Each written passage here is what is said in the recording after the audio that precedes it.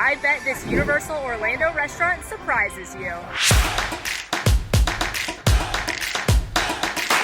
Hey everybody, I am here at Universal City Walk, their entertainment, shopping, and dining district, and I am headed to do a full food review at Bigfire. This is a full-service restaurant, table service restaurant here, and it is excellent and full of some great surprises. The food is very affordable, and I think, like I said, I think you're gonna be surprised. So let's go check it out. Bigfire is located here on City Walk. Again, you do not need a park ticket to visit Bigfire. However, it's a great place to come for dinner after a theme parks, or maybe a late lunch in between the parks. It's about 4 o'clock now and I'm headed in there. And what's special about Bigfire is that everything touches the grill. That includes some of the desserts, that includes the salads, but it's steaks, burgers, pasta, all kinds of delicious stuff, but it's got like a camping grill theme. I'm drooling already thinking about it. Let's head in there.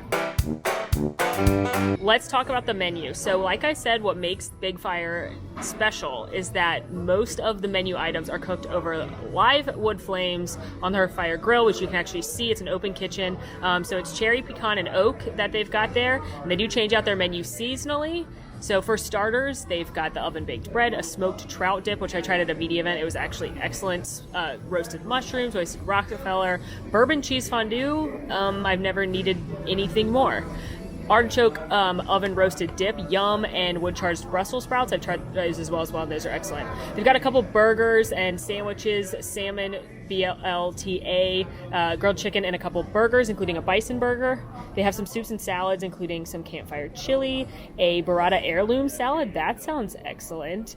A Cobb salad and a wedge salad. And again, this is what I'm talking about. Everything, for the most part, touches the grill, like the hearth smoked eggplant in the burrata heirloom, or you've got, the grilled chicken on the Cobb, or the grilled strip steak on the wedge. So everything is grilling. This is like a Ron Swanson dream right here.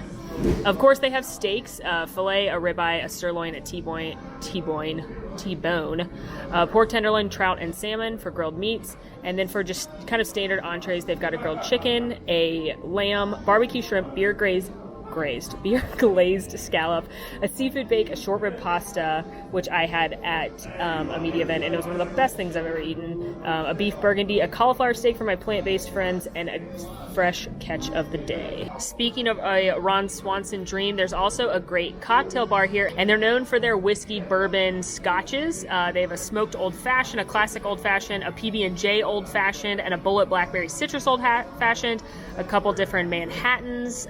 They've got a variety of bourbon and rye on the bottle based on pours. They've got some other specialty cocktails, as well as a decent selection of beers on a draft bottle can. And then they have a nice selection of wines as well. And it is a full bar. So if you're not seeing something that you'd like to drink here, just go ahead and ask your server and they'll get it for you. But their specialty is definitely more of the bourbon whiskey variety. And speaking of cocktails, down on the first floor here, there's a first come first serve bar. They do serve the full menu, so if you get a seat at the bar and you want to get an appetizer, you want to get just drinks, you can absolutely do that. They also do drinks to go. I've been here several times because I think their drinks are excellent, in between theme parks, or to get out of the heat a little bit. So again, that is first come first serve. Obviously, the later that it gets, the more crowded it's going to be, and it's going to be harder to get a seat, but you have that option as well. And again, full menu served at the bar. Also want to point out, again, they are open later in the day. Currently, it's from 3 until 11, I believe, but reservations are available. You can book them on Universal's website. I do recommend doing that if you'd like to eat here during peak meal time. When I was booking my reservation yesterday, they had basically any time from 3 to 5, and then the next time I could get was 9. So that means all of the peak meal time was booked up, and while they may save a couple of seats for walk-ups, City Walk gets very busy around peak mealtime, and if you want to eat at a restaurant that takes reservations like this one, I highly recommend booking it. You'll never guess what I got to drink. Did you guess an old-fashioned? Yeah, you probably did. It's my favorite cocktail. I'm at a restaurant that it's their specialty. Of course, it's an old-fashioned. This is the smoked old-fashioned, and it smelled amazing. He poured it tableside. It's Knob Creek Smoked Maple Bourbon. It's got a little accoutrement here with a cherry, an orange, and a little nibble of beef jerky, and then it is smoked over oak. So they actually smoke the cocktail itself before they bring it up to pour it, and it smells literally amazing. I can't wait to drink it. Cheers. That is a great old fashioned. It's a little bit sweeter than a normal old fashioned because of the maple, but it's curbed by that smoke, and you really get that smoky flavor on the tongue, but you still get that alcohol burn on the back. It is a beautiful, wonderful old fashioned. One of the best theme park old fashions that I can think of off the top of my head. It's excellent. I really enjoy this cocktail. And I do, once again, one of the things I like about this restaurant is I think it is on the more affordable side of theme park dining. This is a $15 cocktail, which that is wild. But that's what cocktails in theme parks cost. And I'm just saying for this, only a few more dollars than a beer in a theme park, the same price as a lot of mediocre cocktails over at Epcot, this is a really, really good and somewhat unique cocktail here at Bigfire. So I'm a big fan of this one. If you're an old-fashioned drinker, give this one a go. From one dream to the next, my appetizer has arrived, and oh my Swanson. This is amazing. This is their signature bourbon cheese fondue. So it's bourbon cheese, and it is served with some crispy cauliflower, blistered shishito peppers, some hearth-grilled baby carrots, lavash, crispy like cracker bread, and their famous bread for dipping. Oh my goodness. And I love that it's on this Lazy Susan. It's clearly designed to share, but I'm not.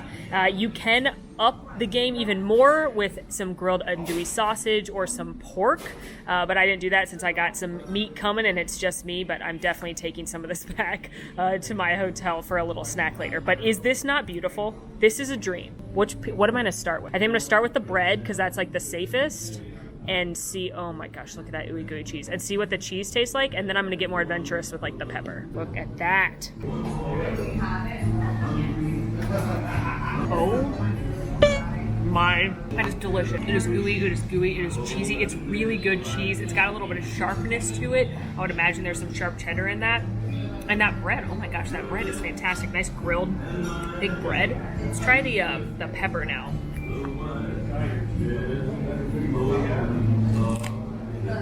Wow, phenomenal. Little bit of heat from that. Ooh, little more than a bit of heat from that pepper. But I like heat. I like spicy. Coating the tongue nicely. Balanced well with the cheese. I feel like you could do a lot of create your own adventure tales. I'm also trying this cauliflower. So I love cauliflower. And I like that it's like a little bit. It's like a slightly breaded, he said, and then grilled cauliflower. That's phenomenal. I would eat a plate of just that cauliflower with that crispiness on the outside. But the cheese, wow, this is awesome. What a unique and fun appetizer. I love the presentation, and spoiler, we're going to see this presentation again in a little bit for another course. And I just think this is so fun. This is definitely a very good shareable group appetizer. I think pretty much anyone that likes cheese will like this, because if you want to get more adventurous with the pepper or the cauliflower, you can. If you want to stick with the bread or the lavash, you can. A+. A+.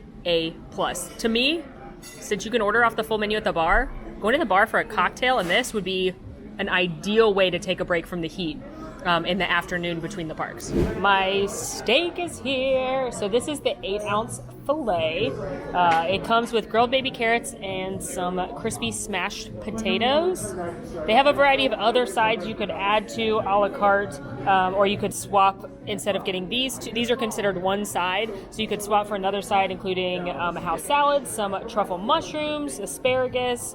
They also, for an upcharge, could do loaded smashed potatoes, but I just got this as it is. So again, 8-ounce filet. It smells and looks amazing. I love I just like the vibe in here, like the plating and everything. And let's cut into this baby. Steam coming off this baby as I cut into it. It looks great. Look at that nice crust and char. Let's dig in. That is a very, very well done steak. And I don't mean well done as in cooked well done. I would never do that to a steak. It's a very, very well cooked, medium rare steak. It's nice and juicy. The char on the outside, y'all, whatever they use to season it, I haven't even put any like steak sauce or anything on it. I just want to eat it. The char and the flavor and the seasoning on the outside is perfection. I'm gonna try a little potato now. Those are good too. Crispy skin, good seasoning, a little saltiness. Got these grilled carrots too. I don't love grilled carrots, but I wanted the potatoes. Is anyone else like that? I like raw carrots. I've just never been a huge fan of cooked carrots. Have I been wrong my whole life? However they cooked that, that's amazing. The grill on, like, the grill marks on the side and the smokiness. I thought I hated cooked carrots because normally they're like boiled and sweet. That is delish. Wow, that's the shock of the meal. Is this filet as good as like Chico or Le Cellier? No, of course not, but it's also $20 less. And of course there are less expensive cuts of meat you can get as well. I just prefer fillets, but things like the New York strip are going to be less, and then entrees like the pork chop or the, I'm telling you guys, that short rib pasta is absolutely phenomenal, one of the best pasta dishes I've ever had. So there are more price-friendly options, but for $38, this is a very good steak. And if you had a big appetizer like I just did with that giant bowl of cheese, even though this is a small steak, I feel like you could share it. All right, now while my server was able to bring me a paper menu for the rest of the food, they don't have the dessert menu printed. So let's take a look. We've got Dutch apple pie, a baked Alaska, flourless chocolate cake, and tableside s'mores. I think you know what we're going with here. They also have some dessert drinks, a whiskey and cold brew drink, as well as a boozy hot chocolate or coffee and liquor. I like the way they work. You probably guessed it. We're making our own tableside s'mores. So this baby is $17 and it comes with 2, 4, 6, 8, 10. Oh, a rogue one. It comes with enough for about 5 s'mores. You can add, for $8, you can add another portion for another person. But look at all these goodies that you can make your own s'mores. They light it up right here at the table. And it's got your classic, you know, like store-bought marshmallows. And then they have house-made vanilla and chocolate marshmallows. They also have classic Hershey's chocolate and genius idea Reese's peanut butter cups. I've done this before too. It is next level. And then they bring you out your little skewer and it's s'mores time, baby. We're gonna start with a classic. We're gonna go classic marshmallow. Now, let me know down in the comments, what is your marshmallow style? Are you like a burn it to a crisp kind of marshmallow person, or are you just like a slow and easy roasty toasty kind of person? Oh, it's getting slowly but surely nice and roasty toasty. Obviously they're going to contain the flame more than that, like a campfire, because it's literally in a restaurant. But look at how nice that is roasting. Oh, here it goes. Ooh, she is getting bubbly. She is getting hot. Oh yes, fire, baby. All right, so we went classic marshmallow, but we're going Reese cup, because I'm telling you guys, it's next level. Classic marshmallow, Reese cup, and now you'll see that I'm the messiest s'mores eater ever. There's something so delicious about a s'more, and then you kick it up a notch with the peanut butter from the Reese cup. It's next level. Try it at home. But how fun is this? This could easily be shared amongst several people. Get a s'more each. About 4 or 5 people eating this. What a fun dessert. So fun that it's at your table. Did you expect this? Next up, I gotta try one of these house-made chocolate marshmallows. I am intrigued by this on its very nature. Now, when I have been here before, these won't catch on fire. I don't know what Universal did here at Bigfire to like not let these catch on fire, but I'm telling you, look, I'm sticking it directly into the flame and it is not catching on fire, but it is crisp. It is looking roasty, toasty, yummers. Yum. All right. Oh, it's melting. Oh gosh. All right. Okay. Oh, it's smoking. Parents, supervise your kids on this. I'm here unsupervised. Ooh, that marshmallow is just like lightly chocolate, and then with the Hershey, it doesn't taste that much different than a normal s'more, but it's really good because it's a s'more. I definitely prefer the Reese version, but you can't go wrong. Mix and match, live it up, live your truth. Overall, I just had a great meal here at Bigfire. I think the concept of everything, for the most part, being grilled and touching the grill and having that delicious smoky flavor is right up my alley. I'm someone who loves to grill in the summer. My family always liked to grill out, so this place feels right on brand for me. I again think this is a very cost-effective table service restaurant. Is it expensive in the world? Yes, all theme parks are, but compared to some other restaurants of this caliber, I think it's actually pretty reasonably priced, especially when you consider how big the portions are of some of these things. Honestly, I could have come in with another person and shared just a couple apps and this s'mores, and I would have been perfectly content. So Is this the best restaurant in all theme parks? No, probably not. But is it a really good restaurant that I think often goes overlooked? Yes, absolutely. I think not enough people come here. And again, I've tried many, many things at this restaurant as a media guest, as well as just visiting on my own. And honestly, I've not had anything bad. Everything is good to great. Other favorites of mine that I've had that I didn't try today include some of the grilled salads. They had a grilled peach salad that was amazing. That short rib pasta is incredible. They even have a smoked trout dip, which does not sound like it'd be up my alley, but it was phenomenal. So if you're looking for somewhere great to eat in the middle of a Universal Orlando theme park afternoon after the parks, I say consider Bigfire. I think most people in your party will be satisfied. Let me know what other restaurants you want to see reviewed down in the comments. And in the meantime, friends, it's been magical. Now go watch my Twosome Chocolate and Pouring review.